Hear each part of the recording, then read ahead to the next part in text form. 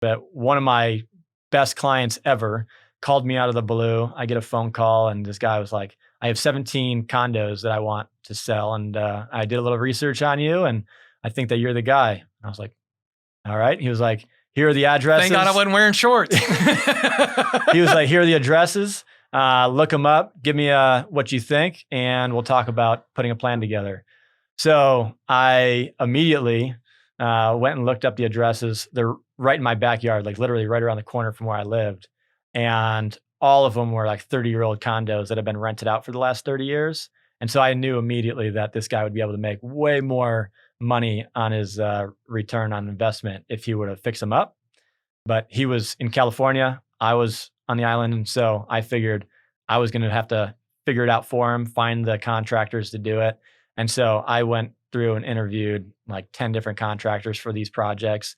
It was going to be about $50,000 a pop for these 17 units. So quite a bit of work. We finally found somebody that ended up doing 7 of them for us. So we ended up selling them off one by one. Some of them we sold remodeled. Some of them weren't remodeled. But yeah, we had to find some pretty good contractors to take care of that work. So welcome to Winning Strategies Playbook, the podcast where we welcome business leaders, CEOs, and industry experts to discuss the rise to the top, building wealth, and real estate insights. Here's your host, Jeremy Spann. So welcome to Winning Strategies Playbook, podcast and YouTube channel that if you want to find out more information on the guests, download this episode, go to myexperiencedrealtor.com and click on podcast. You'll be able to find out everything about the great Ryan Lamb and everything else. Ryan, welcome, fellow Marine. thank you. Happy belated birthday, by the way. 245 years. Yep. Right? We look pretty good, pretty young for 245 years. Yeah, you're doing pretty good. Yeah, well, I mean, they actually, someone sent me a photo the other day of a pirate ship, and they said, "Was this the Mew you were on?" And I was like, "Haha, that was very funny." So my father-in-law says that I have to start every one of these recordings with a joke, and I found one related to real estate that I thought you might appreciate. Let's hear it. Did you hear about the last remaining unit in the building, in the apartment building? I have not. It was last, but not least. Good dad joke. I like it. Well, he fully expected me to have some very different jokes. And Yeah. I am inherently trying to just disappoint him with corny jokes. So if he actually does listen to this, he's going to be like, what was I even thinking? I'm going to say, well, this was a product of what you wanted. And That's so, yeah. So Marine, for the audience, what years were you in the Marine Corps? I was in the Marine Corps from 2007 to 2011. 2007, But I feel like I'm still in the Marine Corps. For the audience, my wife's still active duty, so I've been following her around the last decade. And so I get the best of both worlds. I just don't have to put the uniform on every day. So, well, you're kind of like me, is once a Marine, always a Marine. So why re-enlist, right? yeah, there you go. Which is funny because now she's on recruiting duty. Now we get to sucker other guys into the Marine Corps. So That's right. You know, they can get there on day one and be like, this wasn't in the brochure. yeah, exactly. Well, your wife, by the way, amazing person. I mean, I was telling her when I was talking to her on the phone the other day, and I said, I'm just going to let you know that if the Marine Corps decides to have its first female commandant of the Marine Corps, it should absolutely be her. I'm not sure how I feel about another 20 years.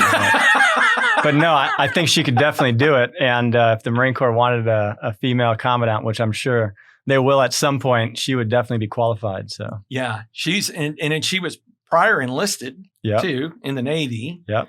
Then went to the Naval Academy, and then y'all met at TBS. Is that what it was? Yep. Basic school. So for those of the audience, why don't you tell people what TBS is? And Yeah, the basic school is where all Marine officers go for their first 6 months as being a Marine.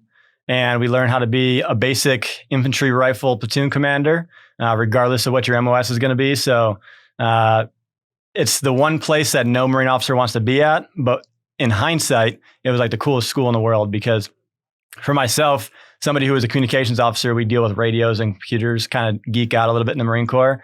But we spent 6 months getting to like call in fire from Harriers and drop 500-pound bombs in the middle of Quantico, Virginia, shoot, Mark 19s, 50 cal. So we got to do a little bit of everything, do night shoots with tracer rounds flying past you. For me, that was like my once in a lifetime opportunity. So it was cool. Well, and the amazing thing about the Marine Corps is it really doesn't matter what your MOS is, right? And I've really spent the last 10 years focusing on, when people are like, hey, so what did you do in the Marine Corps? And I'm like, hey, listen, what about just the Marine Corps in general? And the reason being is, a prime example was last year, I got to do something really, really cool, which was go up with the Blue Angels, right?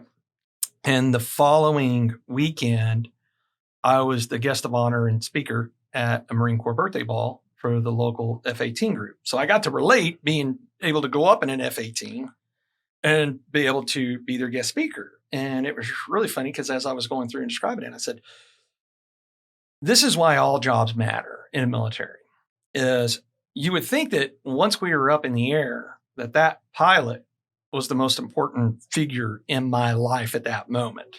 And I remember being up there and going, actually, no. Actually, it was the guy that buckled me in to make sure I don't fall out of this damn thing. And then I thought, no, actually, it was the guy that made sure the ejection seat in here works, because if he can't stop flying the plane, then, or if he stops flying the plane and we got to get out of here and this thing doesn't work, or I'm not buckled in great enough, what does that look like? And then it was, it was the maintenance guy to make sure, or maintenance person to make sure that this thing was firing off on all cylinders. And then it was like, wait a minute, down to the fuel person, right? Probably the most unsexy job on there, being the person that fuels the plane. But what happened if they got the mix wrong or whatever? I don't know enough about it, what it is. And then I thought, no, not even them. And I looked around the crowd and I said, who's the admin in here that makes sure everybody gets paid? This one Marine raised his hand. I said, you're the most important person every single day, because if people aren't getting paid and their SGLIs are all messed up, then nobody's focusing on what they're supposed to be doing. And then anything could fall apart. So every job in the military, no matter how sexy or non-sexy it is absolutely relevant and absolutely part of a bigger machine that is there to operate as one, especially the Marine Corps, right? Because compared to the other branches, we kind of do everything. I did get a funny meme on the Marine Corps birthday that I sent on to my friend, General John Allen, retired 4-star Marine. And he actually thought this was a little comical. So it's I'm going to show you this. And then for the audience, maybe I'll try to post it later. But it says Navy, and it's got these two girls pointing and screaming, saying, "You're Department of the Navy." And it's the Marines. It says, "Why is the Uber driver yelling at me?" I saw that. That's the most popular meme on social media, I think. So Natalie loves every single one of those. So there's like a million of those memes. And especially since she was in the Navy before, right? Yeah. So you get out of the Marine Corps. Yep. And in 2011, okay, are you and Natalie already married at that point? We were engaged when I was getting out of the Marine Corps. So we got married a couple months after I got out of the Marine Corps. Okay. And where were y'all at after y'all were married next? We were in San Diego at the time. Okay. So we were both stationed at Camp Pendleton together. I got out of the Marine Corps out of Camp Pendleton. She went down to Miramar for a couple of years after that. So we spent our first couple of years married. Well, we spent our first 2 years while we were married. 1 year I was in San Diego with her, and then another year she went back to Quantico and I stayed in San Diego. So our second year of marriage, I was on the West Coast. She was on the East Coast. So that wasn't necessarily her highlight when I proposed that idea to her. I got to get into real estate that year though. So that was the year I went full-time real estate, was the year that she was back in Quantico and I was in San Diego. So I figured a year in the DC area doing real estate probably wasn't good. And then knowing that we were going to move right after that. So what drew you to real estate? That's a loaded question. I could go back real far, but so the short story is I always was fascinated with homes. When I was a kid, I would like draw floor plans and stuff in my notebooks in school. And so I don't know, my dad was a carpenter. So we did a lot of home improvement projects and stuff when I was a kid. And I think I have fond memories of that. And I just kind of grew on me. And so I knew I wanted to be an architect. So Frank Lloyd Wright was my idol when I was growing up. And when I was going to college, the only thing that was important to me was going to an architectural school. So I got into a school that had a great architectural program. And my first year in college, my social life blossomed and architecture kind of faded away. And I realized that wasn't quite my passion anymore. Partying kind of became my passion. And so I was like, you know what? And also that same year in college, I decided to join the Marine Corps and go to OCS that summer and serve my country when I graduated college. So no matter what I majored in, I was planning on going to the Marine Corps for at least 4 years. And so at that point, my goal for college was to do whatever was the easiest degree I could get into. So architecture went to the wayside, and a business degree blossomed from that. And so I ended up getting a business marketing degree out of college. And so I went to the Marine Corps. I always had that passion to be in real estate, though, in architecture. So when I was getting out of the Marine Corps after 4 years, I just started asking myself the question, like, all right, what am I going to do now? Like, I want to get into real estate. I have a business degree. What's that look like? So I just started networking with people and found a Marine officer, Naval Academy grad that started his own real estate brokerage. And he was the one that helped Natalie and I buy our first house in San Diego. So that experience was kind of my stepping point to get into real estate, was buying our first home, utilizing our VA loan. And then through that experience, he was like, hey, go get your real estate license and just, I'll have you under my wing. And that was how my career got started in real estate, and been doing it ever since. So after your first year in college, majoring in having a good time. Yeah. And the Marine Corps, that calling, did that happen then or prior? It happened then. I never thought about, so I didn't come from a military family. My grandfather, he served in World War II, but that was one of those things that I think everybody in that generation served in the war in some capacity. So it doesn't hit the same way as like Vietnam era, I think, on. And so didn't have a military family, never even crossed my mind joining the military, going off to college. It was somebody in my fraternity. He was actually enlisted Marine, got out, went to school, used his GI Bill, and he just happened to be in my fraternity. And I was talking to him one night, and probably a few beers in, and there was something within our conversation that he just looked at me and said, man, I think you would make a great Marine. And that was it. Somehow I ended up contacting the OSO that was conveniently located in my college town. I don't think I would have probably joined if it wasn't so easy. So I contacted the officer selection office for the Marine Corps, I think that week, met them the next week on campus, and signed paperwork. And this is how much I didn't know about the Marine Corps at the time. I remember I had signed a contract to go to OCS. I called my dad. I'm only a few months into college. So I'm like, hey, Dad, I wanted to let you know I decided to join the Marine Corps. And he was like, what are you talking about? And very conservative family, like totally fine with the military. Like that wasn't the problem. But I had just went off to college, never crossed my mind, never brought it up before. So he was a little caught off guard. And we're right in the middle of, Iraq and Afghanistan war. So I think any parent was going to be a little concerned when they first heard that come out of their son's mouth. But I mistakenly said, hey, Dad, I'm going to join the Marine Corps. He was like, well, first off, it's the Marine Corps. And he's like, what are you talking about? And I was like, I thought it was the Marine Corps, but it's spelled corpse. He's like, well, that's just how they spell it. So a little bit of an embarrassment there. But yeah, so totally kind of caught off guard myself joining the military. And I would say over the 3 years from my sophomore till my senior year before I commissioned, there was a lot of times where I questioned whether I was actually going to go forward and actually commission. I never took any money, never took any scholarship. So I wanted to be like, I didn't want any commitment leading up to the moment I got to raise my hand, and decided that, hey, yeah, absolutely, this is something that I want to do, serve my country. And if I don't do it now, I'm never be able to do it. And so God would have something in store for me that I would have never have guessed. Ended up meeting my wife in the Marine Corps, which at the time when I first met her, I used to look at women in the Marine Corps and I'm like, what why would they ever join the Marine Corps? Why would a woman want to join this, like, why would they want fighting to? for, like, it's, I guess maybe the Air Force, but why would they ever want to join the Marine Corps, especially the stuff they have us crawl through in Quantico? So, but yeah, so my life's been changed ever since. Got to meet my wife, the most amazing woman I've ever met. So it's been a good experience so far. So during that 3 years, that sophomore through senior year, was there ever any doubt, or I mean, was this like, all right, I want to keep my options open, so I'm not necessarily that committed, but was there any ever times where you were like, man, maybe I really shouldn't go do this? The only times I felt like I shouldn't do it was just when I thought about losing my personal freedoms, right? Going to OCS, which is basically like boot camp, and being institutionalized. I was in a fraternity, like I told you, my life was partying, having fun. I was running wild and free in college. And so thinking about, going into that type of lifestyle and then going to the Marine Corps where they tell you what to do and everything's forced upon you, that was where most of the hesitancy was.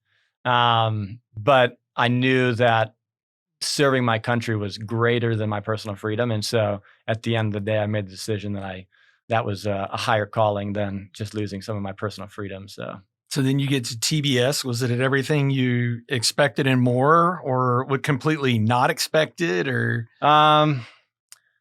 That there's a lot of stories, right? We all have a ton of experiences. I won't go into some of my TBS experiences because we don't have enough time on the show. But TBS was certainly a challenge. I think just the Marine Corps was a challenge for me. I just couldn't buy into like the institutional lifestyle, like having to do things and use words like ink stick. As when you're an officer, you don't say those type of things. So it was a good thing I became an officer because I would have been the worst enlisted Marine ever. But there were certain things I just couldn't wrap my head around, like being comfortable with. And but the basic school was incredible in the fact that it's thought of as being one of the most premier leadership schools in our country. And so the experience that you get out of that, I mean, it challenges every aspect of your life, physically, mentally, emotionally. And so I don't think I really knew what I was getting myself into. And so putting myself back in those shoes of like being a second lieutenant showing up at Quantico was a little nerve-wracking, I'm sure. But looking back on it, I mean, it was an incredible experience. Met some close friends. Every, November 10th that comes around, I'm texting happy birthday Marine to guys that I haven't talked to in 10 years, and we get to exchange some texts. And so it's been a great experience. That is the thing about the Marine Corps, is it's more about our history, and that's what determines our future. And I think that's one of the things that makes Marines, right? And every year when November 10th is coming around, I mean, we celebrate it better than we celebrate our own personal birthdays, right? It just because there's this common shared, what I call the common shared suck, right? Definitely. Anytime you see another Marine, you go, we have something in common because we went through what sucks in order to earn the title Marine. Yeah. And so it doesn't, you can smell another Marine a mile away, right? You just go, it was something you said, or the way you said it, or the way you carry yourself, or whatever. And you're just like, Marine Corps? Yeah. All right. And there's this instant connection to that, right? And Certainly. so going through a leadership school like the basic school, what are some of the components that you learned out of there that you still utilize today? I would say number one is you can't do anything by yourself, and it's all about teamwork. I mean, that's just every aspect of life. It's I'm not smart enough to think that I can do anything real well by myself. So I don't know, call that humility, call that just not being that smart. And so I'm always looking to other people to get the job done, especially as a Marine officer. I mean, Marine officer in the communication field, I mean, any field in the Marine Corps is very complex. And so if you show up thinking that you know everything and you can get the job done, I think you're going to be put in your place real quick. And so I think what allowed me to succeed in the Marine Corps and to succeed at the basic school is that I knew I couldn't do it on my own. I had no clue what I was doing. And so I always was looking to my right and left to get help and to have people, supporting me along the way. And when I got out after the basic school, got out into the fleet, and I was thrown into the fire at a regimental S6 communications unit. 150 Marines. I've never served a day in the Marine Corps in my life as far as being an actual lieutenant and being in the fleet. And I was like, how am I supposed to lead 150 Marines? I've never led more than like 2 people in my life. And so that was, teamwork is 100% it, and looking to every, technical specialist to do their role, and just giving people the opportunity to perform the best they can. And so I think that was where I was able to find the most growth, was just allowing people who are really good at doing something to be great at doing that and give them that opportunity. So you joined real estate, and where did you start your real estate career at?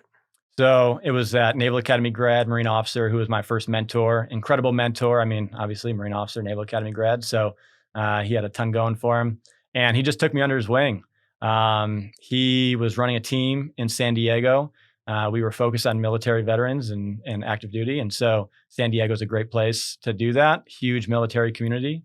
I had no idea I knew I wanted to be in real estate before I ever joined the Marine Corps. I had no idea how much the Marine Corps was going to impact my future career in real estate. For one, just for starters, military members move around every 3 years. So that means they need a new house every 3 years. Whether they're buying or not, they need a new house every 3 years. They have access to a VA loan, right? 100% financing. They have job security. They have a good income. There's all these things that go along with the military lifestyle that I only learned after I got out, and how beneficial that was to being in a real estate career. And then also being a Marine and being able to connect with those people, right? There's a lot of real estate agents. Real estate's one of those jobs that's not too difficult to get into. And so having been in their shoes before, and my wife and I, we were doing all the things that I was helping, and that I still do help military members do. Buy homes everywhere they move. My wife and I have bought 6 homes in the last 10 years, and we purchase homes everywhere we move. And so I was doing it. So I told you, I bought a house. That was my stepping, point getting into real estate, met my mentor, and then got into real estate. So I learned it firsthand, and then I started just educating other military members on how to utilize that effectively. And so that was really my experience getting into real estate. And then I just took everything. So I spent 2 years in San Diego, figuring it out, just learning the career. And then Natalie got stationed out in Hawaii. And so I was moving out there, had to figure it out for myself, started my own team out there. Wasn't necessarily planning to start a team, just kind of organically happened because the guy who brought me onto his team, I knew what he did, and I just kind of followed in his footsteps. And it was just kind of, again, going back to that teamwork thing. I know that I can't do things real well by myself. And so I just try to surround myself with a bunch of people that we can do a better job together than individually. And so that's been my experience in the first few years in real estate. And so, yeah. What was the difference between doing real estate in San Diego and where were we all out at K-Bay? In Hawaii, yeah, we're at K-Bay. So you're all on base, off base. I'm assuming off base because you said you bought a house there, right? Where were you living at? In Kaneohe, which is just outside of So you K-Bay. were in Kaneohe Bay. Yep. Right. And was there a difference between from San Diego to there? Yeah, it was night and day difference. Tell me about that. Tell me about the differences. Well, San Diego California in general is very professional, and we could get into a conversation about that. But and I'm sure if there was some San Diego real estate agents listening to me, they'd probably disagree. But in comparison to my experience, 2 years in San Diego, the professionalism compared to Hawaii was night and day. And not so much that, the people were more professional in San Diego, but there was just a different level of like business acumen that went into real estate in San Diego in comparison to Hawaii. And so that's probably not saying that much, because as you would probably agree with me, is that there's not a whole lot of business acumen in real estate in general with most agents. And so when I got to Hawaii, I realized I could stand apart from most people because I was a Marine officer. I was coming from one of the hottest markets in the country in San Diego. And so those 2 years of experience in San Diego, I think, really set me up for going to a market like Hawaii. And San Diego is a military community. Hawaii is very much so a military community. Tremendous military presence there. And so it was a little intimidating going out there first because, you're going to, Pacific Island. You have no clue what to expect. A lot of people, talk about, locals, and they're like, oh yeah, they don't really like, mainland people. And I totally found that not to be the case. I go open arms to new locations and say, hey, I'm in somebody else's neighborhood. I'm not in my neighborhood. This isn't my home. And so I loved Hawaii. Natalie and I really enjoyed it there. Built a good community. But yeah, as far as the real estate business side of it, this is how I dressed in Hawaii. Mm-hmm. So I stood out because everyone else was wearing Aloha shirts. And everybody told me like, oh no, you'll be wearing shorts and Aloha shirt before you know it. And I was like, you know what? I'm going to create an image for myself and a brand for myself that's going to differentiate myself and serve the military community, right? The guys and gals in the military come from the mainland. That's what they're used to. And so that laid back island lifestyle that so many agents were accustomed to didn't really, I think, bode well for the military community. They wanted a professional, a high performer. And so that's what I was to a lot of the military community out there in the real estate side of it. And so I was able to excel out there a lot faster than I think I would have ever expected. And so it was a great place to do real estate, especially as a military background and having a military niche and focus.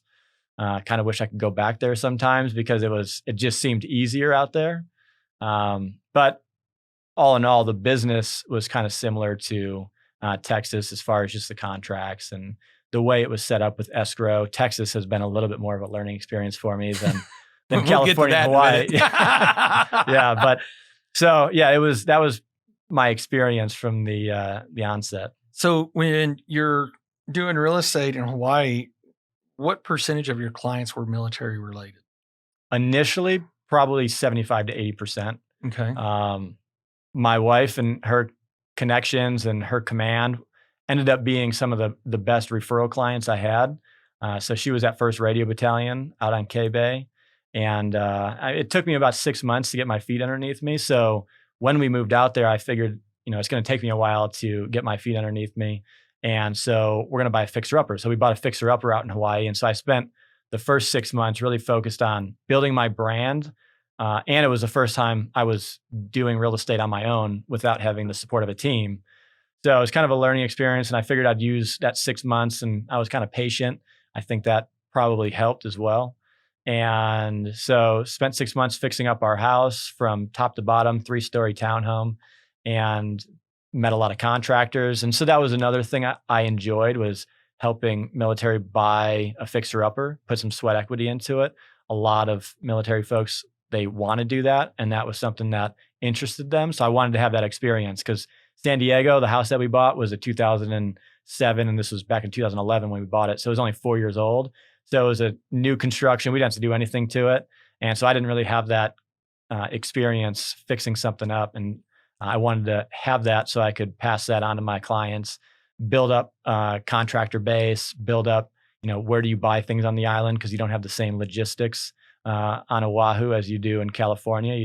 There are Home Depots, there are Lowe's, but they don't have the same inventory that they have in California. There's very few like granite stores, and there's like one granite and cabinet store that everybody goes to. So in California, you go around every corner and you find home improvement places. So I got that experience, and that helped me out a lot too, because a lot of my clients that were in the military, Hawaii does not have a lot of new construction. Hawaii's construction style is unique. A lot of single wall construction. If you're not familiar with that, it's like literally a piece of plywood is your interior and exterior wall. So you got 1 inch between the elements, where here in Texas, we got like 18 inches of brick, insulation. So it's a little different out there, and the quality of home is they need to be remodeled. So it was a great experience to get, and it allowed me to serve, I think, my client base a lot better. So was the cost of materials significantly higher out there as maybe compared to California as well, or? I don't think so. You have less selection. So you might have like 10 different tile to get, and you don't like any of them, but you just got to pick one. Yeah. There's certainly a higher cost in Hawaii. And it just depends. But you can go to Home Depot and pretty much buy a toilet for the same amount that you'd be able to buy it in California. So appliances, though, they would take, well, in COVID, appliances have been taking 2 to 3 months to get. So that was Hawaii. You go to buy a refrigerator and they're like, all right, we'll let you know when it shows up. So we were always waiting on appliances for months. So they didn't have huge warehouses outside of like literally the Home Depot. They don't have, fulfillment center in Decatur where they can just go pick things up. Yeah. Yeah. And now what about the trades? Were the trades more expensive because of the limitations? The trades were definitely more expensive. Yeah. And contractors get a bad rap no matter what part of the country you're in. Yeah. In Hawaii, it's a whole different level. Like you have no idea if they're going to show up. You have no idea what type of quality you're going to get from contractors. I would go through a different contractor every 6 months. Like I would recommend them to 2 clients. And then by the second client, I was like, I just don't feel comfortable recommending this guy anymore. And they were super busy too. So because the island's just small, there's not a lot of people in the construction industry. It's people were really backed up and busy. So if the surf was good, they're definitely not showing up. So that was a downside. And so you really had to search around to find some good contractors. That was a challenge. And I had, we can get into it a little bit. One of my best clients ever called me out of the blue. I get a phone call and this guy was like, I have 17 condos that I want to sell. And I did a little research on you and I think that you're the guy. And I was like, all right. He was like, here are the addresses. Thank God I wasn't wearing shorts. He was like, here are the addresses. Look them up. Give me what you think. And we'll talk about putting a plan together. So I immediately went and looked up the addresses. They're right in my backyard, like literally right around the corner from where I lived. And all of them were like 30-year-old condos that have been rented out for the last 30 years. And so I knew immediately that this guy would be able to make way more money on his return on investment if he were to fix them up. But he was in California. I was on the island. And so I figured I was going to have to figure it out for him, find the contractors to do it. And so I went through and interviewed like 10 different contractors for these projects. It was going to be about $50,000 a pop for these 17 units. So quite a bit of work. We finally found somebody that ended up doing 7 of them for us. So we ended up selling them off one by one. Some of them we sold remodeled, some of them weren't remodeled. But yeah, we had to find some pretty good contractors to take care of that work. So yeah, I recently got to experience when you're in a market where it's not the materials that are the shortage, it's the labor. Yeah. And with you and Natalie coming through and seeing our house in Pagosa Springs, and we interviewed, I don't know how many contractors. Matter of fact, we had a plumbing issue pop up, right? And it wasn't a major issue. We just had something that popped up. And I think Laura called something like 8 plumbers. And the reason we used the one that we did was because he was the only one that returned a phone call. Yep. Right? Like only one that returned. And it turned out he's an Army vet. We got along and now he does all of our plumbing stuff up there. But we told him, we was like, man, you're the only one that returned the call. And prior to buying our house, we were really considering building on 11 acres that we found. But then we found out they were like, yeah. And this was in August of 19. And we said, okay, if we buy this thing and we start the design and build phase, when could we be in it? And they said, if you're lucky by Christmas 2021. And I was like, over 2 years to build a house? And they were like, oh yeah. And it's like almost $300 a square foot because you're dealing with weather conditions. You're dealing with, because we are a little bit further out there in the mountains, the materials, and I just wasn't sure I really wanted to wait 2.5 years to get into a house. So then we get our house there, and which the house is fine, but we wanted to do some projects. I would say the house is more than fine. You got a nice place up there. Well, I appreciate it, man. The view definitely sells it, right? Yeah. I mean, looking at Pagosa Peak. Actually, y'all went and climbed Pagosa Peak, didn't y'all? Yeah. Well, I don't know if we climbed to the peak, but yeah, we climbed over by it. Yeah. Well, we knew that. So the house is a 3-bedroom, 2.5 bath with a study. And we wanted to convert the study into a bedroom because it's right there next to the half bath and turn it into the full bath. And then there's a 800 square foot unfinished space above the 3-car garage that we wanted to turn into a finished out space. We wanted to build an outdoor kitchen. We wanted to do a hot tub with an extended roof line over the outside. And we wanted it to, really not a lot in the master bath, but it was a huge shower was huge. So we wanted to add glass in there because Laura gets really cold. She gets cold when it's 100 degrees outside. So naturally in Colorado, taking a shower when the hot water stopped running, she was getting cold. The pain we went through just on the shower part was ridiculous. Matter of fact, here's how funny it is. So we were interviewing contractors. We got to one that we liked.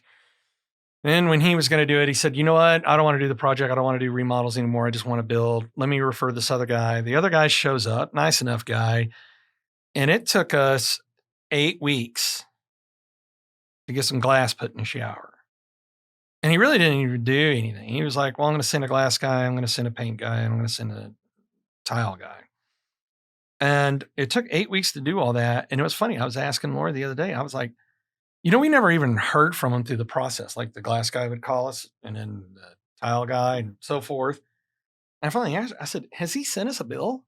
And she goes, no. She goes, we actually paid the trades directly, according to him, and he still hadn't sent us a bill. And I was like, huh. But it was funny because halfway through the 8-week process to get glass put up, I'm not talking about tearing the shower down to redo it, right? Like all they did was put glass in a glass door. And he had reached out to Laura about halfway through the project. I was like, hey, when are we going to discuss the other project? She goes, well, why don't we finish this one first? And during that time, I said, there is going to be no discussion. If it takes 8 weeks to do something that should have taken about 8 hours, there's no reason we should do this. So we ended up, funny enough, Michelle, who, works for us, her husband's a contractor. They were up using our place for a week. They were out in town. They're having lunch or dinner somewhere. And somebody says, oh, what are y'all doing up here? We're staying at a friend's place. What do you do? I'm a contractor back in Texas. They said, oh, you should talk to Blake Bruckner. And so we interviewed Blake, and he has been amazing. His communication is responsive. He lets you know about the delays before there is a delay. So instead of just waiting and pinging and calling and emailing, going, hey, where are we at on this? And on a few smaller projects that are involved, he's like exceeded expectations. And that is really hard to do with me, to literally meet expectations, let alone exceed expectations, to where now where that study in Half Bath is, that's all been torn out and it's reframed, and they're hopefully should be done here in a couple of weeks, moving fast enough. But it was kind of funny because with the pandemic, it's not any of the big items that you come missing. It's that one little connection piece to make everything work, right? Yeah. And so that's what took the grill so long, outdoor kitchen. I was like, why isn't this done? And he said, we're missing, I don't know, call it the flex capacitor or whatever it is. And I was like, is it that hard? Yeah, like it's on back order. We've called everywhere around the US. So he's definitely stands out by communicating and delivering, right? So, but you realize how spoiled you are when you come from somewhere like Fort Worth, Texas, where you got a large number of contractors you can choose from, and you can vet them and go look at their projects and everything else, and things get done in a timely manner. Then you go somewhere where it's like, that. Matter of fact, this is what I learned from my plumber, Charlie, the Army vet. He goes, oh yeah, Pagosa Springs is really meaning Pagosa Low, because nothing, as a matter of fact, when we're up there, I don't even wear a watch, right? Because nobody's going by any sort of time. And sounds like Hawaii. Right. So that's what I was going to say is I got a taste of that there, which gave me a great appreciation for back here in the Metroplex, right? So you finish up in Hawaii, you go back to San Diego, right? Is that where y'all ended up after Hawaii? Yeah. So we spent the last 3 years in San Diego. Okay. So you go back there, and so you leave your team established in Hawaii, right? Yep. Yeah. So they're still doing things. You still got that, been able to manage that from afar. Yeah. And so a little bit about Hawaii. So I think my first year, so I told you I took about 6 months before I think I did my first deal. And really I was focused on my house. So it worked out. I was kind of patient, just building my brand. And after 12 months, I had done 10 deals. So my first year in Hawaii, it was just me, 100% me. Didn't have anybody on my team yet. And my first agent that came to work with me was actually my neighbor, who was a school teacher, but she was deathly afraid of bugs. And in Hawaii, there's bugs and geckos everywhere. I don't consider a gecko a bug, but she did. She hated them. We would hear her screaming and stuff like that in the middle of the night. It was funny. But so she couldn't take it. Like, she was that afraid of bugs that she stopped teaching. And so she would confide in Natalie and I'd be like, I need something to do. And she was like, I've always thought about getting my real estate license. So I helped her get a real estate license. And this was while I was still just trying to figure it out in Hawaii myself. And so I ended up doing 10 deals pretty much at the end of my first year. She comes to me and she's like, hey, I got my real estate license. And so I ended up bringing her onto my team. And so that first year, I think I did maybe like 6 to 7 million. The second year, it was me and now the one agent that was working with me. And together, I think we did 24 deals that second year. And obviously, we have a little bit higher price point in Hawaii. So my average price point was like $650,000. And I did close to 15 million, I think, my second year, which was phenomenal. Yeah. And so I was doing pretty well at the time. And again, that was my neighbor. I wasn't out hiring somebody. I wasn't looking to bring on somebody to my team. But over the course of the next year, I had Marines that would come up to me and ask me that were looking to transition out, wanting to get into real estate. I had spouses that wanted to get into real estate. So by the end of my third year, I ended up having 6 agents that were working with me, all organic, never went out and tried to hire anybody, never interviewed anybody. It was just good people that wanted to get into real estate. And again, going back to that teamwork thing, I just knew that, hey, I can probably help them. And if I do help them get started into the real estate career, I think that I'll be able to get something as a byproduct out of that, whether it's, additional commission because of their sales, whatever it is. And so that's how I've kind of run my business. Mm-hmm. And so I did that final year, I did around 30 million. We had a little over 50 sales. And that put me in the top 50 agents in the state of Hawaii. And so looking back on it, it doesn't seem like a huge achievement. But at the time I was like, wow, this is incredible. Like, I would have never expected this 3 years in Hawaii. And so at the time we didn't know if Natalie was going to stay in the Marine Corps as a career or not, or get out. But she wasn't ready to get out. And so we ended up moving to San Diego, and I ended up spending almost 6 months in Hawaii while she went back to San Diego. Cause I was like, how am I supposed to, manage my team from afar? And so it took me about 6 months. We also had 2 homes in Hawaii at the time. So we bought a second house, and I was trying to figure out, all right, we got to sell one of our homes, buy a house in San Diego. I got my business here. And so it was like a 6-month transition for me to get out and be back with Natalie in San Diego. But for the most part, it was, all right, I didn't set out to build this business, to build this team. I love real estate. I love helping military members buy real estate, help them starting to invest, build wealth in their career. So that's really where my passion is in this industry. And now I have 6 agents working with me. 3 of them just sold or made over $100,000 commission, never made $100,000 in their life. And so for me, I was like, wow, that's pretty cool. I got to help 3 people make 6 figures, and they never had done that up to that point in their life. And they're doing it in a career that they've only been in for the last year or 2. And so that kind of gave me a little bit of motivation to maintain that business. Over the years, that business has shrunk in Hawaii, but I have an incredible partner out there who still works with me. And we've been working together for the last 5 years. And so as I transitioned back to San Diego, same exact thing. Wasn't setting out to build a team, but pretty much my first month back in San Diego, Dan Chapman, mm-hmm. who one of my best friends and my primary lender partner that I worked with. Marine as well, Naval Academy grad. So pretty much everybody I associate myself with seems to be a Marine, Naval Academy grad that's in real estate. That's like my whole entire network. And I showed up for a month, and he was like, hey, Ryan, I just met this kid, Danny. I want to connect him with you. He wants to get into real estate, super sharp kid, 24 years old. I was a little hesitant because I'm a big believer when you're getting into a real estate career, it should be your second or third career. You should have experience in life. You should have already bought a house. You should know what you're doing before you're helping somebody else, mm-hmm. somebody else do it. And this kid changed my entire mindset on that. He was, and not to say anything against the other agents that worked with me, but I think because he didn't have all of those possibly bad habits from other careers, he was in the banking business for a little bit. And so he knew a little bit about the finance side of things. But he was a young, just amazing kid. He had the right heart, the right attitude, and he's been incredible. So he's been on my team for the last 3 years in Hawaii or in San Diego.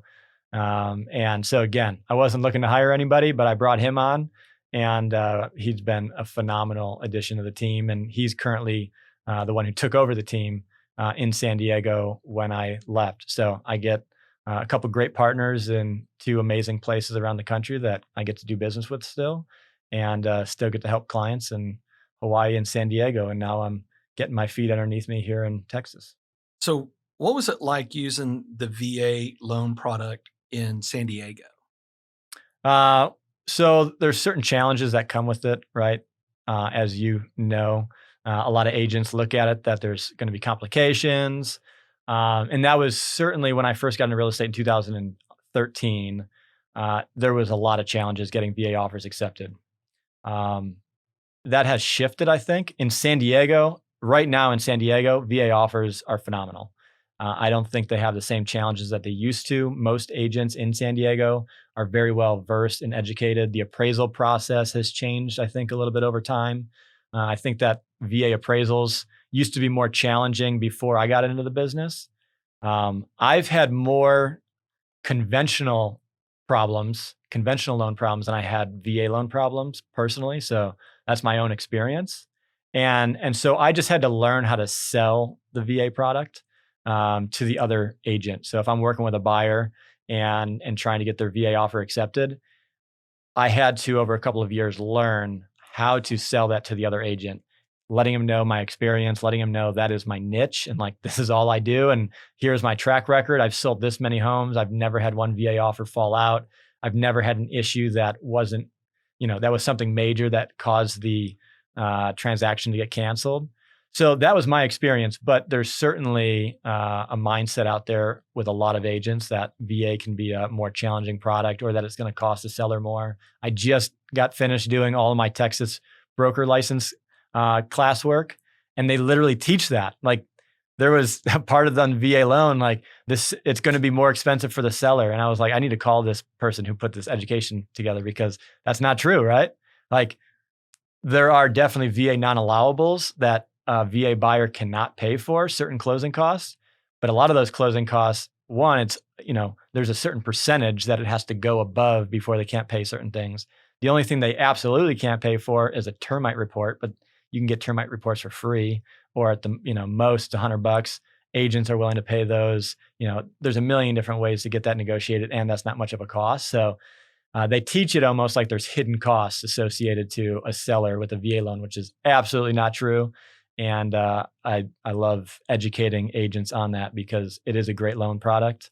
And in San Diego, it's probably looked at more highly than conventional because a lot of people know that VA buyers have 100% job security, especially this year, right? Mm-hmm. This year where lenders are calling day of closing, calling to job verification multiple times throughout the transaction. Yep. And I actually had a client, one of my, he was Danny's client, one of my agents in San Diego, who had to cancel last minute, lost his job the week before he was closing. They called to verify employment and he wasn't able to buy the house. And that was a conventional loan. So VA didn't have that issue because military wasn't getting fired during coronavirus. So I think it depends on which market you're in. What about Hawaii? What was it like using VA in Hawaii? Was very challenging when I first showed up, but I don't want to pat myself on the back because there was a lot of incredible people in Hawaii doing a lot of good work with the VA loan. But I was certainly an advocate for it. And I was a pretty loud voice when I first moved there because I had just got done in San Diego where I had closed my first 2 years in real estate. I was part of probably like 25 transactions, I think, over those 2 years. And I think maybe all but 2 were VA transactions. And all of them were as smooth as possible. Like I'd never had any major hiccups in any of those transactions. And so my experience was, man, I've done 3 VA transactions in the last 2 years and haven't had any issues. Why are people so afraid of this thing? Why do they think there's so many complications and they're going to have so many appraisal issues? Is it possible? Absolutely. But an appraisal issue can be on any loan product. There's uniquenesses about the VA loan, but if you know that going into it and you educate the buyer going into it, I think the process is 100% smoother. And so oftentimes it's more the agent that I find is the problem, not the VA loan.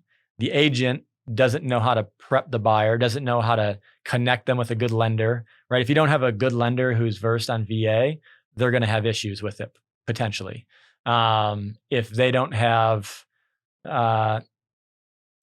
there's a lot of things where if you're just not educated and that's not what you focus on, you might have trouble doing something that's not your expertise. And so I've just surrounded myself with people who are experts in the VA side of the business. And that's what I wanted to become. And so I've never had any challenges, but when I got to Hawaii, it was very difficult. It was probably about 1.5 years in though, where it like totally flipped. The VA did change some guidelines on their appraisal side in Hawaii. So they were allowing up to 21 days for the appraiser to get his appraisal back in. And I was like, that's crazy. Like, what are they, 21 days? Like no one wants to accept an offer if they got to wait 21 days for an appraisal. And the appraiser also, when it was a lot of condos and townhomes in Hawaii, so a lot of HOA, and the appraiser didn't have to start that timeline until they had CC&Rs in hand, which sometimes that would take a couple of weeks. So that was a downside in Hawaii at first. We got them to change that.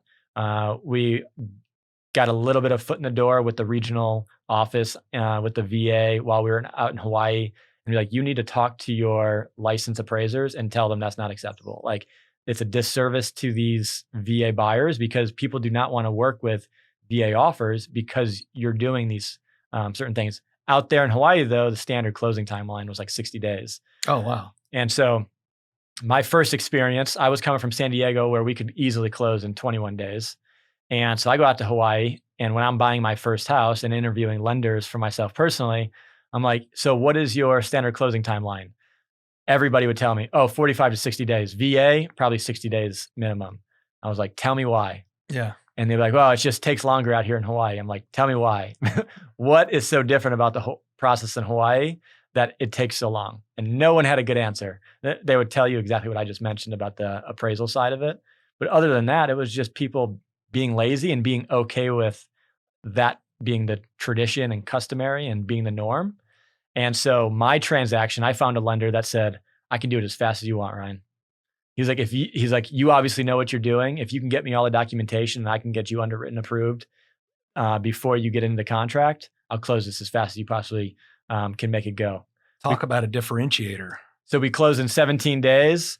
And as you can guess, that was my lender forever, right? Right. And so he's actually here in Texas now. He's out in San Antonio, Chris Khanna. I'll give him a shout out. Okay. And so he was my first lender out in Hawaii, did a phenomenal job. And he was with Veterans United at the time. He and his partner were branch managers of Veterans United out in Hawaii.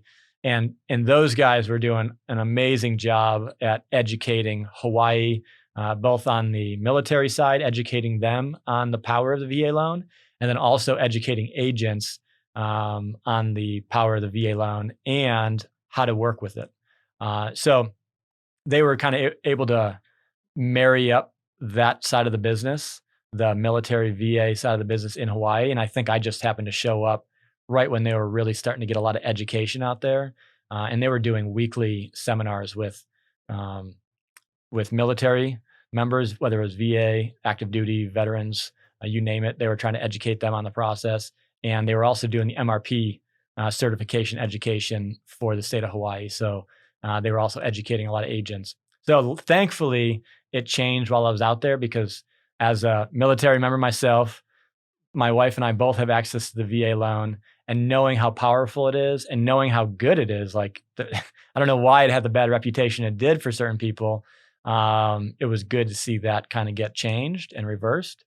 I was a little sad when I moved to when I moved to Texas, and Texas seems to be a little bit further behind.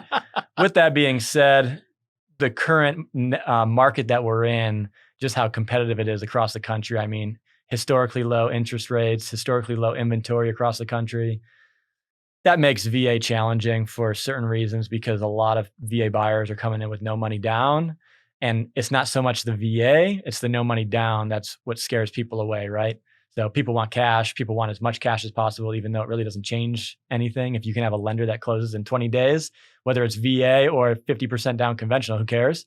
At the end of the day, they're still getting the money. But well, I think that goes back to the acumen, the business acumen of the agents that we're dealing with, right?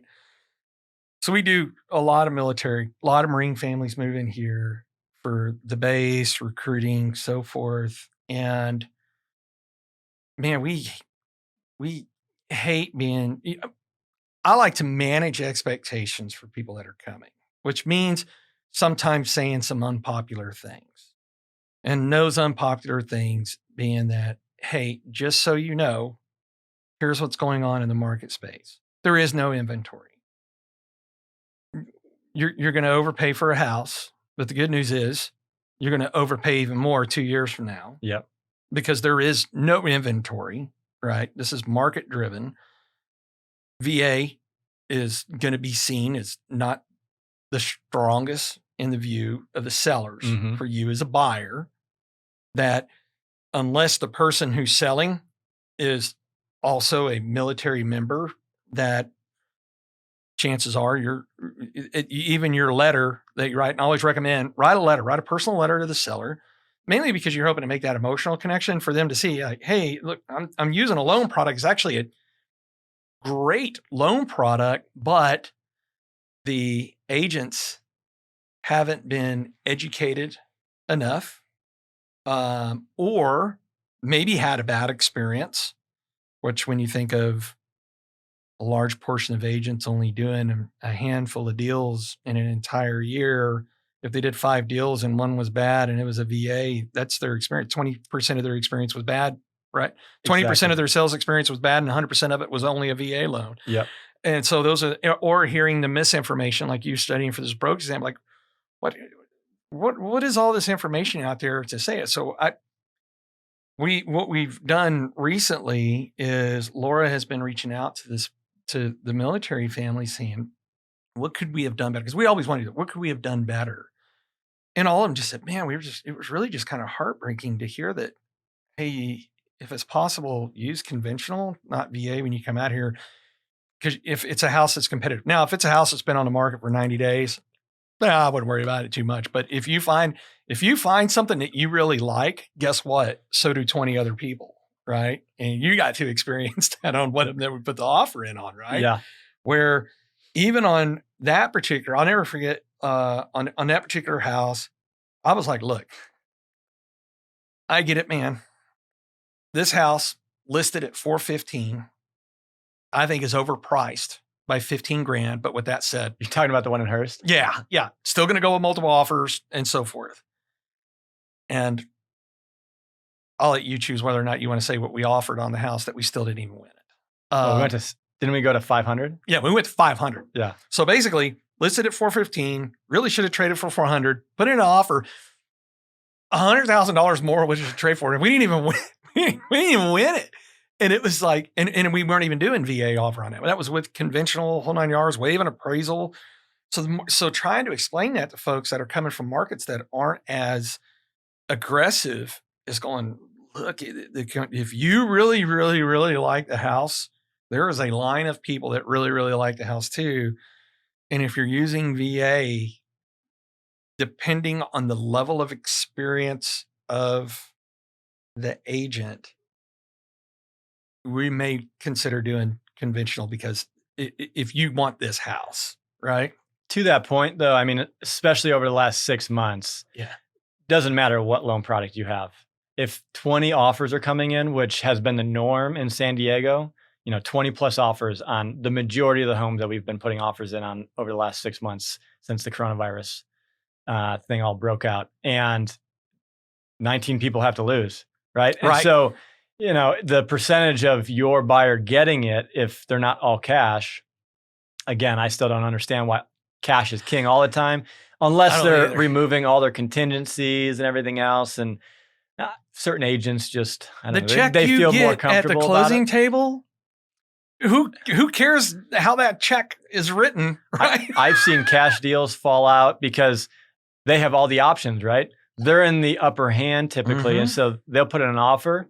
2 weeks later, they're like, you know what? Actually, I don't like the house anymore. I'll cancel. Yeah. And they're like, where'd that come from? It was all cash. I thought it was a sealed deal. And, but regardless, it's just been super competitive recently. And so whether you're VA, conventional, I mean, I can't tell you how many experiences over the last few months that I've had with people coming in with 20, 30% down, removing inspection contingencies, appraisal contingencies, putting in escalation clauses, and still like no phone call back. Like, hey, did we get the house or not? They're like, oh, sorry, no, we picked somebody else. And it's just difficult in these type of markets. You just hit on something that is one of the most frustrating things we deal with. Is people often ask me, hey, what's it take to be successful in real estate? And I'm like, look, there's a number of things, but if you just do one very thing, you'll be more successful than 90% of the agents. And they're like, what's that? And I'm like, communicate. Return a phone call. Yeah. And they're like, no, seriously. I'm like, answer your phone, return a phone call. Yep. Text, just return the call. And they're like, what? And I'm like, yeah, we have deals where we're under contract and we can't get a call back. And on the commercial side, it's even more. I've got one client right now that's frustrated. It's like, why have we not gotten an answer? I'm like, I cannot get this person to return the call. On that, you also have to know the market, right? Mm-hmm. So specifically that house we were just talking about in Hearst that we put that offer in on. Yeah. That agent. And to be fair, right, the market was definitely changing. And that house was kind of a unicorn in its area where it was. It was right on the border of Colleyville and Hearst. And so I saw a lot of value in the house, obviously, and so did many other people. But she was not expecting it. I called her 2 hours after she put it on the market, and she's like, "Oh, I've already gotten 10 calls." I'm like, "Well, you're about to get a lot more. I can tell you that." And she didn't understand the wave of people that were going to be coming. And so you can't, if you don't know the market and you don't price a house properly, and it's a house that everybody wants, you're going to get 1,000 phone calls. You can't possibly return 1,000 phone calls, right? To some agent's credit. But if they would have known the market, they could have priced the house realistically, and they would have weeded out a lot of those buyers that they thought were getting an amazing house at $415. So and that's why when these folks are moving here, and I go, look, I'm not saying this. I hope it doesn't end up like this with a house that you find that you really like. I just want to prepare you. I'd rather you hear it now, and if you have to hear it again, it's not the first time you heard it when you have to hear it again, right? Mm-hmm. To go, I mean, as far as I'm concerned, I think a VA offer should trump any offer out there, because less than 6.8% of the population has ever taken the oath to protect this country against enemies, foreign and domestic.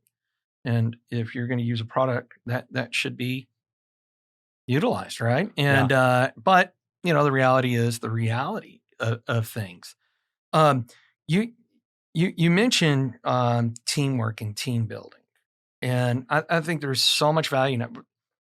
There's not a lot of teams that are out there. A lot of it is just very individual. Hey, I buy and sell a handful of things. I have an opinion, and some people look at me and go, nope, that's probably what's going to happen. And then I have a lot of people look at me and say, no way it's going to happen. But based on technology, based on a number of other factors that I could spend over an hour talking about, I think in the next 5 years, 85% of agents will be out of the business. When you hear that, what is your opinion towards that? I heard people saying that 5 years ago, so I don't necessarily agree with that opinion. I do believe that it will happen, but real estate's one of the largest, if not the largest industry in our country, in the world. And there's a lot of organizations, the association, the Realtor associations, the bureaus of real estate that are at state level. There's a lot of housing related laws. So the more I've put thought into that question, I think it's going to be difficult to get rid of the real estate industry in the way that it's already created, with real estate agents being involved at the center of every transaction. Technology will take over. It already is proving to do so. I think it's going to be a little bit more difficult, though, than say like the stock market, where you got rid of stockbrokers pretty quickly, and now anybody can buy a stock on Day their trade on whatever. Yeah. Exactly. Yeah. And it's free, no commissions nowadays. I think the real estate industry is going to trend in that. I don't think it's going to move as fast as I originally thought it would have been when I was getting into real estate 8 years ago now. So I don't know. I don't agree with the 5-year and especially 85%. I don't know what the numbers are, but I imagine that there's a lot higher percentage of real estate agents today than there was a year ago. And markets like we've been in for the last 10 years, people get into real estate because they see home prices going up. They see, the opportunity that real estate offers and the flexibility and the freedom of a schedule. And with COVID, right, and things going virtually, I think a lot of people are like, "Oh, I'm at home. I should do something new." And I've heard a lot of stories of people getting into real estate over the last 6 months. So I bet you next year there's going to be some type of statistic that real estate agents are up 25% from 2019. So in the Greater Fort Worth Realtors Association, there's 32, I think last I checked was 3,200 registered licensed agents. And the reason I think this is going to head this direction is I thought about it before, but I really believe that the current conditions of the pandemic is going to accelerate that happening. Here's why I think is the buyers are more sophisticated now than they've ever been. So our grandparents who bought a house lived and died in that house. Whereas now when we're gearing somebody, we're like, hey, let's look at what the exit potential is on this house in 3 to 5 years. And they're like, why? And I'm like, you're probably going to call me in 2 to 3 years to sell this thing. I mean, one of them, fellow Marine, buddy of mine, bought a house a couple blocks away, area that's absolutely just gone through the roof over there in our area. And he called me. He literally closed on it 2 years ago, here in about another week. He said, hey, what would my house trade for? And I told him, I said, this is probably what it'd trade for. He goes, that's over $100,000 more than what I bought it for 2 years ago. I said, yeah. He goes, let's get it on the market. Right. Because he was like, why not? Because I'm going to capture that money, unlock my VA, and you're going to buy me another house here in the same neighborhood because it is still trending up. Yeah. He's like, but why wouldn't I take advantage of grabbing that extra amount of money? And he's going to redeploy it to his own business. He owns a business. And I was like, yeah, I mean, I totally understand that. But the buyers are more sophisticated and they want more information than they did before. And where the old days of, hey, here's the CMA, the last 6 months of sales of like kind houses on your house used to be enough. That's no longer enough for the consumer. They're like, no, I want to know more. That's why, like in our spreadsheets, what we do now, we don't even send a CMA. There is a spreadsheet with filters that draws in all the data. And then we use the filters to go, this is like kind, but you can play with the filters to see this is everything going on. From the, people look at days on market. I'm like, pay attention to the CDOM, right? Cumulative days on market. Because someone could have fired their agent 5 times in the last 6 months and seen that, that house was actually on the house a lot longer. And then the original list price versus sales price, right? And that's, those things become the impactful things to look at the true nature of data of what that's showing there. But because the consumer is demanding more sophistication, I just got my license a little over 4 years ago. And I felt like even what you're going through here, the brain damage you just went through, is there's a lot of information in there that just seems very antiquated and very old. So, and here it is, we already have a lack of business acumen among real estate agents as it is. And then their training is antiquated. So their ability to produce a service is not aligning with the expectations of the service of the consumer. Where you're right, you're never going to get rid of all agents, right? This is not going to happen. There are some people that want that. They enjoy having someone advise them in this.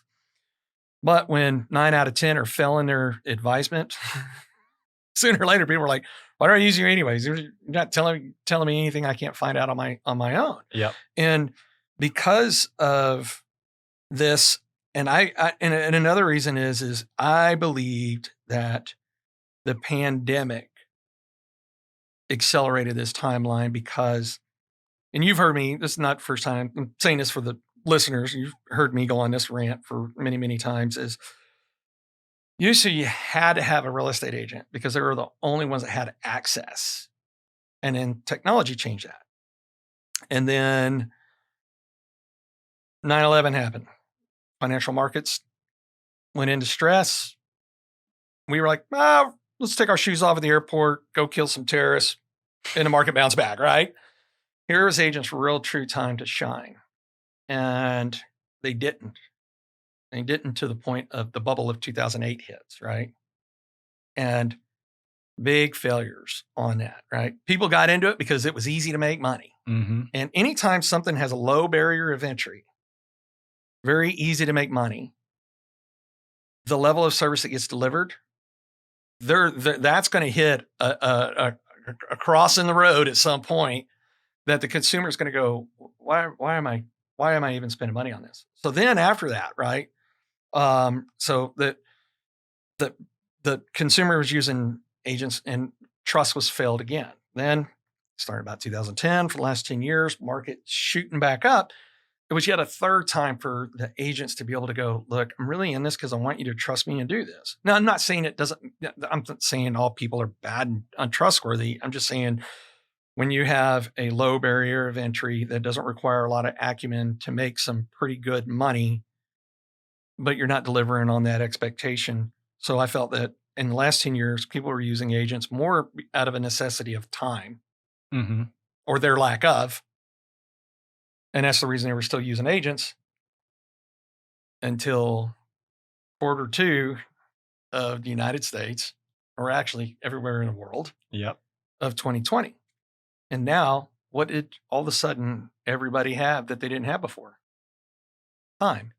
And Zoom. And Zoom. The Zoom. Don't we all wish we had bought stock in Zoom, right?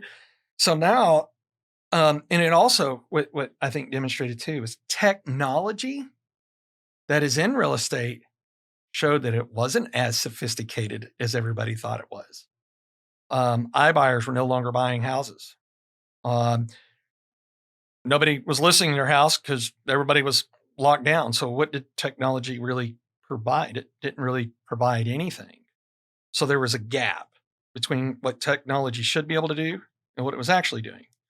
And then there was a gap of, well, I never had time before, but now I have time. So in my opinion, there is someone, whoever, wherever, that saw the same thing and is writing some sort of code that will fill both of those gaps. So that way, when someone goes, well, if I didn't have to spend a lot of time because a widget, an app, a whatever, who knows what it'll end up being, could provide that, where I didn't have to deal with someone that's kind of not even, their level of training doesn't even match the level of expectations that I have. And now you've got a piece of technology that can fill that gap. I think that's what's going to cause. And it's really frustrating because even when I'm speaking to many, many other agents, I'm like, look, this should never be about just you making money. Now, don't get me wrong. Nobody should work for free, but I've always felt if you're doing what you're supposed to be doing in an industry and delivering that value, the money's going to naturally follow. Mm-hmm. Right. But when I'm having conversations with agents that are crying on the phone going, you don't understand, I have to have this close or I can't make my rent payment. Whose interests are you looking after? Are you looking after your interests or your client's interests? And I think all too many of those examples are starting to surface because now with the use of social media, someone can blast their agent online, right? And I had wrote down a note here is building a brand in this industry is so, and you've done an incredible job of doing that wherever you have gone. And there's so much importance. So when I tell people, like, just learn to answer your phone or return a phone call and work on your brand, but be true to that brand as you're carrying it forward, because it could very well be that when the music stops playing and 85% of people are left without a chair, again, my opinion could be very wrong, could be another 50 years, who knows? But if that does in fact happen in 5 years, that brand that you have built could be the dividing line of why you're in the 15% that's still there, not the 85% that is not, right? Yeah. Well, I forget the statistic, but they say after like the first 5 years, it's 85% of real estate agents are out of the industry. Like if you get licensed this year, 85% of them aren't licensed after 5 years. It's kind of like because they only sold 5 things in 5 years. It's kind of like small businesses too, but you always have that wave of new agents coming in. Yeah. So I definitely think technology is going to be what is the disruptor. And I think it needs to. I think that the real estate industry is very inefficient, like wildly inefficient. And it certainly is a complex industry, but it can be simplified with a process. And that's what good teams do, right? Like good teams set up a process to make it easy for a buyer or easy for a seller and take the work out of their hands, take the stress out of their hands. And I think that technology can absolutely meet that need. It's just going to take a company putting a lot of pieces together. And again, real estate's very regulated at the state level, local levels, different ways of doing it, and that they're customary. And so like a Zillow or a big national brand can't just do the same thing in Texas as they're doing in New York or doing in Washington. Yeah. That needs to change too. So I think they need to create a more standardized approach to it across the country. So I think that's going to take a while. I think it's going to happen. I just think it's going to take a little bit longer. Well, you look at like Texas is a non-disclosure state. So when it gives the Zestimate, that's exactly what it is the Zestimate. Yeah, it could be accurate. Yeah. Could be, well, they told you your house is a lot worth for a lot more or a lot less than what it's actually worth. And it's interesting that you bring up the new people that are coming in. If there is a chance that this industry does not lose 85% of its folks is because the hybrid agent is what comes in that does things different, right?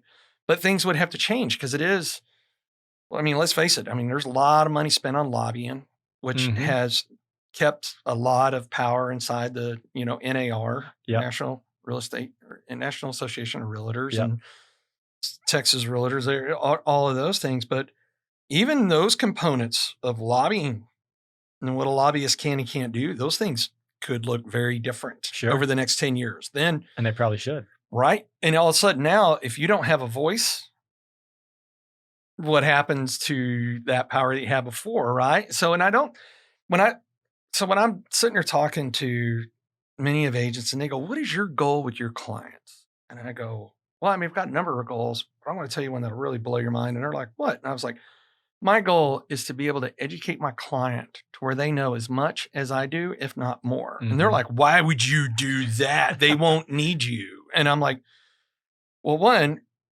chances are they're going to buy a house every 2 to 5 years, in the world that we live in now. And I want them, when they come back to me, that the communication flow is even faster because they understand. And they go, well, if they know what you know, they won't need you. I was like, man, you can Google what we know right now. And they know already. I said, that's where we're, for us, communication is key. Trust is the currency of business. I say that probably on almost every episode that I have here. And that clarity creates trust. Confusion creates fear. So if I can help establish that clarity, especially in first-time home buyers, which you and I have had this conversation, like, man, a first-time home buyer can be absolutely terrifying. And then some people don't want to deal with a first-time home buyer because they don't, and I'm like, oh, I absolutely love first-time home buyers because I make a first-time home buyer happy. You know how many houses I'm going to help this person with over the next who knows how long? And they're excited. They're passionate. They're like fired up. They just bought their first house. Oh, yeah. I could go on and on about a couple different first-time home buyers that have been incredible referral clients that have given me like the majority of the business that I've done if I traced it back to like the source. And it's because they get fired up. And it's when you educate them, right? That was my number one thing that I do is when somebody calls me and they want to buy a house, whether they've bought 5 homes or they've never bought a house before, I always want to meet face-to-face. Nowadays, you got to meet via Zoom. But I always want to meet face-to-face and tell them exactly what you just said.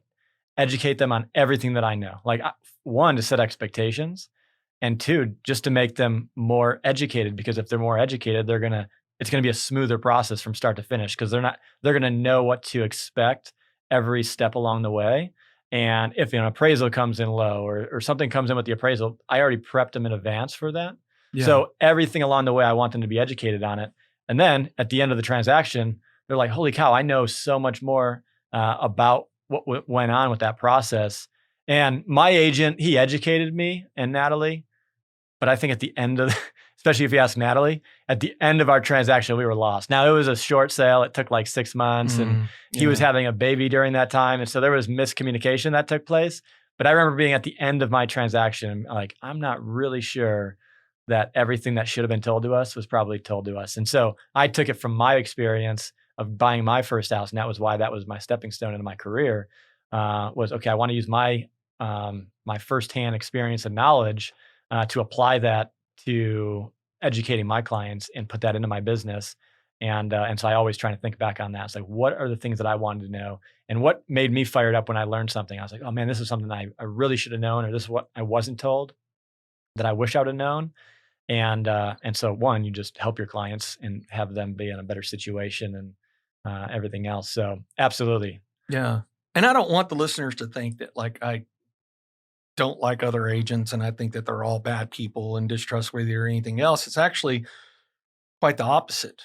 Is you and I talking before we came in here, is that the first time I went to a global networking event in Las Vegas in 2016, before I was even in the industry, I went with Laura because Sotheby's had bought her office and she agreed as part of the selling to them that she would stay on and manage for 2 years. And I saw agents, and as it turns out, you were at the same one. We just didn't know each other then. Yeah. But thousands of agents from all over the place. And I thought, wow, how do you create a landscape that is bigger than what you can touch? Mm-hmm. And it had dawned on me. I was like, man, what if I spent the next couple of years interviewing agents from all over the globe, which even included, up until the pandemic, the previous 12 months, I'd thrown 100,000 miles in the air, traveling around, interviewing agents. What makes you a good agent? Just because you sell the most doesn't mean make you the best, but what makes you the best? And it was, how do you take care of your clients? How do you serve your clients and whatnot? And then that's why in 2018, we were number one here in Sotheby's for most outgoing referrals. 2019, we'll find out. It's 2020. Who knows? Maybe people stopped sending out referrals. I have no idea, but we've done quite a few. Had a big boy closed last week for $2 million up in Durango. There you go. Colorado. That was nice. That was a nice little Congrats. pop.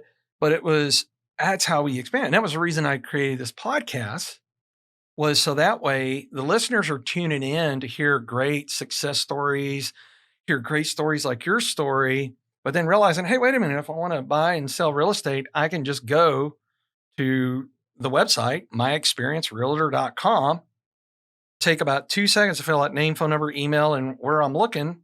And I can have someone that's already done the vetting of the agents for that area to make sure that they get the right agent. Because if you just pick up the phone book, well, they don't no longer pick up the phone book. You don't even know if they make phone books anymore. But if they just pick up the list, right? The Google list. Pick up the Google. Are they getting a good agent, or do they know enough about what they're doing to ask the right questions of the agent? We've already done all that for them. And that's why I am sure that there's probably agents that are listening to this episode going, why would you bring on someone that's also in the industry on here? And I'm like, well, for a couple of reasons. One, I'm not always the fit for someone, but I do know this. I have an incredible amount of respect for what you do, that it's like, look, if I'm not the fit, you should talk to my friend Ryan, right? Because we're not always a fit for each other. And secondly, I know that my friend Ryan has a team set up in San Diego and a team set up in Hawaii, that listeners on this, if they're buying and or selling in either one of those markets, they can find you to help them do that, right? And guess what? If I'm able to take other great agents and put them in front of the consumer, then what I've done is I've helped protect our industry instead of dismantle the industry.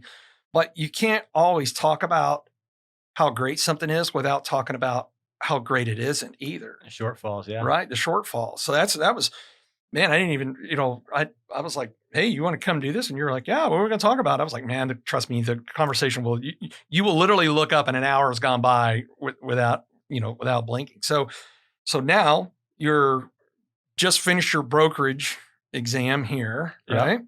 And so it means you're able to do business in 3 different states. So that's pretty cool. Well, we can do business anywhere, right? With referrals. That is 100% right. Yeah. Yep. So as you spread this, when this drops and you put it out to your network, it's, hey, don't forget when y'all are buying or selling anywhere that they need to call you because you've got people in other places, right? Because we've done a good job. I mean, that's a good thing about the Marine Corps, right? Is, Marines come from all over the place. Yep. And wherever, and they move a lot. And so we're able to connect them doing that. So I always like to end these with, there's a lot of things that we would want to tell ourselves at 22 if we could go back, which is a lot longer ago for me than you. But if you could go back to 22-year-old self and say, self, what if you don't listen to anything else, listen to this one thing. What would you tell 22-year-old self if you could actually turn back the hands of time and have 5 minutes to say, this is what? Well, to go in line with the Winning Strategies Playbook, right? So I thought about that when you asked me to come on and, what are some winning strategies in life? And so that kind of hits to your point. Like, what would you tell your 22-year-old self so that they were a winner from that point in their life? And for me, the number one thing that I like to think about is start with the end in mind. That was something I think Stephen Covey might have wrote about that in one of his books, and I probably read it along the way. But the idea of going all the way back to the end, right? Your eulogy, when you're no longer alive on this planet, what do you want to be said about you as a human being?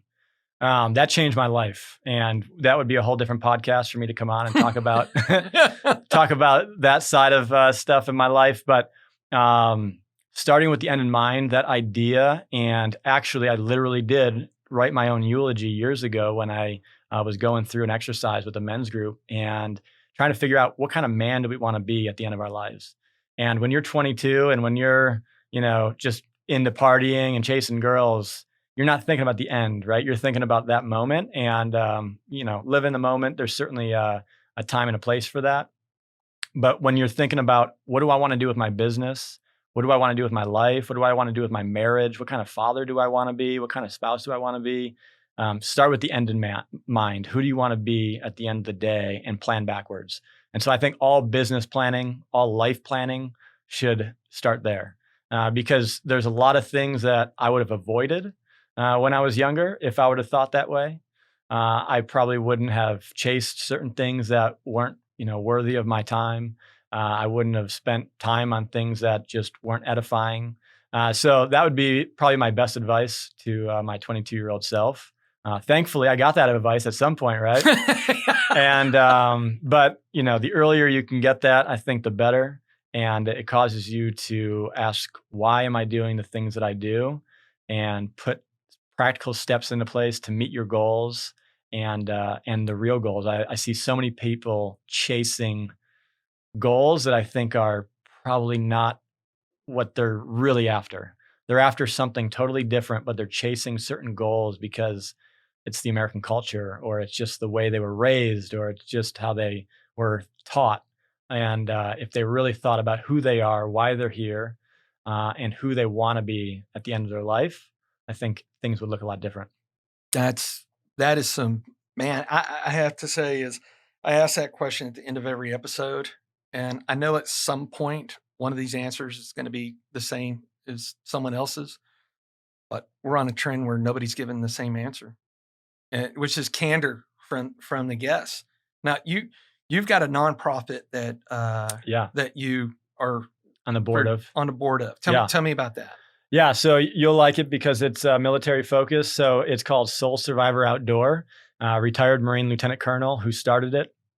And we are an active duty focused nonprofit. We do an outdoor adventure activities with active duty. So there's over 40,000 veteran-focused nonprofits and very few active duty-focused nonprofits. And so our founder, he looked at that and said, man, I want to reach active duty while they're still active duty and not while they're broken afterwards, right? And there's so many people already focused on that. And so we are a Christian-based nonprofit, and we try and spread the gospel through outdoor activities and outdoor adventures. So we do a lot of skydiving, a lot of rock climbing. We just opened up a chapter down by Fort Hood in Killeen just about 6 months ago. So perfect timing for me showing up here.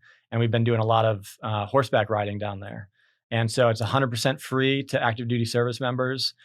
We actually connect with and create relationships with commanders and chaplains. And it ties in with the military's focus on PTSD, suicide prevention, resiliency, spiritual fitness. And as Christians, we saw a need in the military more so than anywhere else. Mm-hmm. And it's where we come from. So we just have a natural tendency to want to serve our fellow brothers and sisters in the military. And so we look at ourselves as the not reactionary, but getting out and ahead of the curve with people who are suffering from PTSD. We want to meet them before they go off to war and have these, physical and emotional wounds. And we want to try and give them a message to think about exactly what I was just talking about was, think about who you want to be as a human being and start living that out today, regardless of where you're at. And so obviously we've focused that around Jesus Christ and his message. But we do it in a way that is kind of military friendly because most commanders are, a little bit dicey on how that looks. But we're doing it for free and it's voluntary. So, people don't have to show up. But our goal is to try and grow and be nationwide, serving every single base in the country. So it's kind of a large dream that we have, but we just opened up our second permanent location here in Texas recently. And I'd love to have you check that out. So that's Soul Survivor Outdoor. And you can Google that and check it out. Ton of Google reviews and stuff. So you'll see us pop up. And people can donate to that site as well. Yeah, people could donate or people could reach out to me on my social media, and which we'll put links to. Yeah. And if anybody's interested in that, I would love to take a phone call with people. We have a lot of supporters, a lot of people who support the military community. And I don't think a lot of people know that there's not a lot of active duty focused networks. Now there's obviously things that are set up in the active duty industry to, focus on those active duty folks, but not nonprofits specifically. And especially with a faith-based approach. So. Okay. And on top of that, someone's looking to buy and sell some real estate. How do they get a hold of you? Yeah. So my website is lambshometeam.com. And you can find me on Facebook, Instagram, LinkedIn. Ryan Lamb Realtor is my tag on most of those. So Ryan Lamb's Home Team, lambshometeam.com is my website. Okay. And we'll be sure to have that when you all go to myexperiencerealtor.com. If you click on podcasts, you can go down to Ryan Lamb episode and click on him. It'll have all of these links on there as well. Man, thank you for your time and coming here on Winning Strategies Playbook. And man, your 22-year-old self message, I think that is absolutely right on point. And that is one of the best ones I've heard yet. So thank you again for coming. And thank you for having me. Man, I'm looking forward to the audience response on this one. Awesome, brother. Well, maybe there's another one we can get more into that response. We can definitely do more of these, my friend. Awesome, brother. Let's see. Thank you.